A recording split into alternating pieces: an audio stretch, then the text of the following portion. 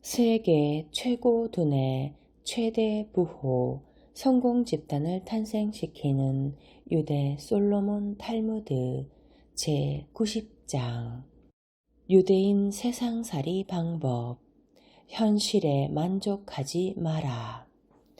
내 고향과 친척과 아비의 집을 떠나 내가 장차 보여줄 땅으로 가거라. 창세기 12장 1절. 이것은 유대 민족의 조상인 아브람이 태어난 땅 메소포타미아에서 약속의 땅 가나안으로 떠날 때 하느님이 준 계시의 내용이다. 히브리어 원전에서 이 부분은 다음과 같은 어순으로 되어 있다. 떠나가거라 너를 향하여 내 고향에서 내 친척으로부터 내 아비의 집에서 내가 장차 보여줄 땅으로. 앞에 나온 번역에서는 분명하지 않지만 이 히브리어 원문은 강조하는 점이 분명하다.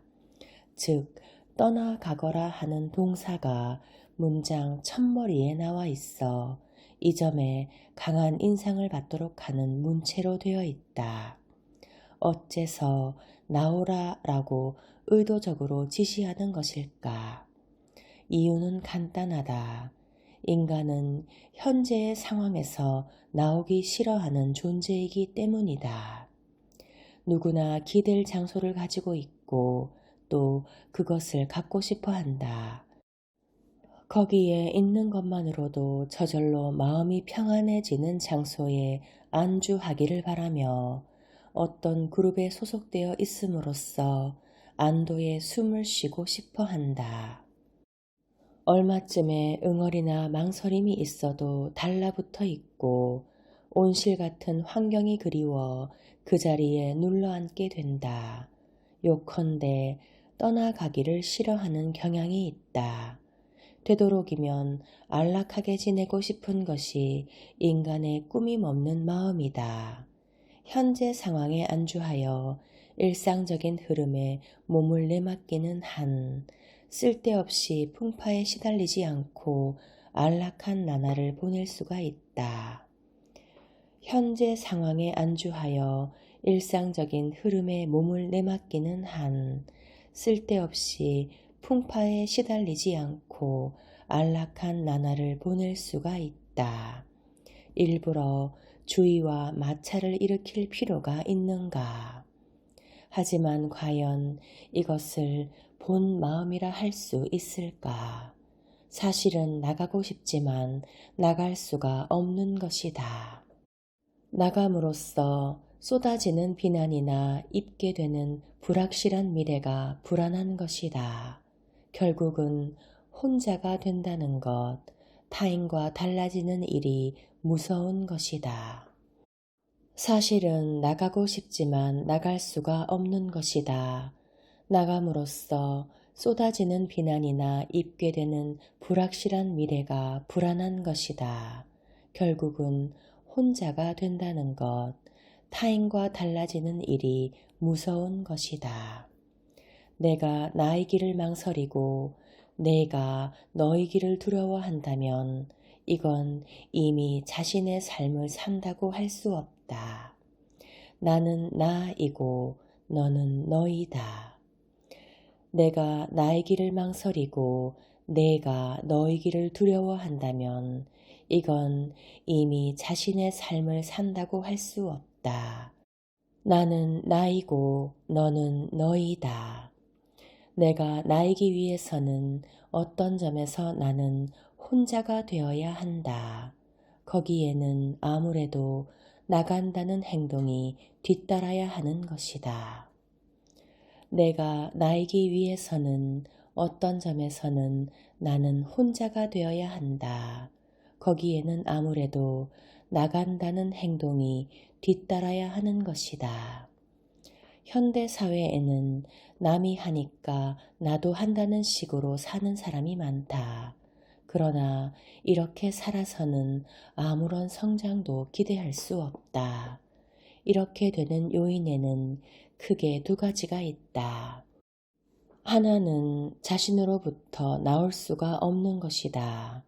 자기를 부드럽게 감싸주고 있는 것으로부터 아직도 떨어지지 못하고 독립하여 홀로 서기를 하지 못하는 상태에 있는 것이다.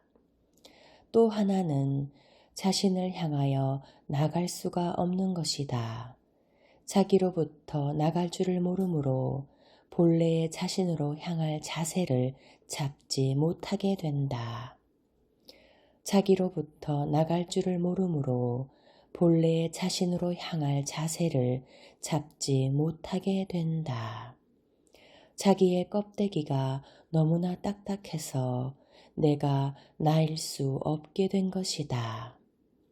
자기의 껍데기가 너무 딱딱해서 내가 나일 수 없게 된 것이다. 유대인의 생활규범인 율법은 너는 떠나가거라 라고 말한다. 우리는 내가 놓여있는 현재 상황에서 떠나간다는 것이 무엇을 뜻하는가를 생각해야 한다. 떠나가거라로부터 나와서 내게로 간다 라는 것이다. 인생 최고의 지혜. 학자가 술에 매일 때. 탈무드 학자가 술고래라. 들어보지 못한 말이다. 그러나 그런 학자가 있었다. 한 번은 친구가 그를 책망했다. 자네는 우리 현자들이 술 취하는 것을 책망했다는 사실을 알지 못하는가? 학자는 대꾸했다. 자네는 무슨 이유로 내게 그런 말을 하는가? 물론 나도 아네. 나는 술 취해 있는 것이 아니라 나의 슬픔을 익사시키려고 시도하는 중이라네. 그래, 슬픔을 익사시키는 데는 성공했는가? 학자는 우울한 표정을 지으며 말했다. 아니, 유감스럽게도 그렇게 하지 못했네. 알다시피 나의 슬픔은 아주 심술궂다네. 내가 마시면 마실수록 그것들은 헤엄을 더 잘 친다네. 술 마시는 논리. 한 늙은 유대인이 술이 취했다는 이유로 잡혀서 재판관 앞에 끌려왔다. 재판관은 표정을 바꾸더니 동정 섞인 어투로 물었다. 무슨 일이 있었소? 잡혀온 노인이 대답했다. 아무 일도 없었습니다. 저는 절대로 취한 것이 아닙니다. 그러자 재판관이 물었다. 여보시오, 당신에게 무슨 일이 있었기 때문에 이 지경이 된 게 틀림없소. 이리 와서 나에게 당신 입으로 얘기해 보시오. 이에 노인이 대답했다. 얘기는 아주 간단합니다.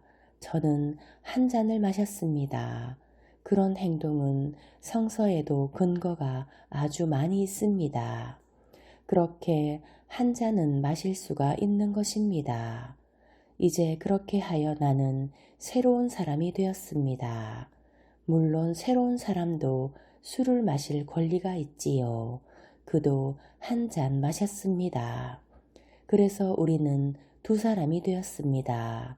세상 모든 사람이 알다시피 우리 유대인은 두 사람이 만나면 술 한 잔을 하도록 허락됩니다. 그렇게 되자 우리는 기분이 아주 좋아졌습니다. 우리는 즐거운 경우에 한 잔 해야 하는 것입니다. 모든 일에는 때가 있다. 마부인 유델은 길고 힘든 여행의 노독을 브랜디를 마심으로써 떨쳐버리고자 했다. 이때 그의 이웃에 살던 양켈이라는 사람이 부엌에다 대고 소리쳤다. 유델, 자네에게 끔찍한 일이 일어났네. 마부는 먹는 데에만 열중하여 계속 술을 마셨다. 양켈은 소리쳤다. 유델, 이 천치 같은 사람아, 자네에게 나쁜 소식이 있네. 유델은 전혀 동요하지 않고 계속 마셨다. 양켈도 계속 말했다. 유델 이 불쌍한 사람아, 자네 아내가 지금 막 죽었다네. 그래도 유델의 표정에는 아무 변화가 없었다. 양켈은 그를 책망했다. 자넨 어떻게 그렇게 태연하게 마실 수가 있는가? 그건 도리가 아니지 않는가?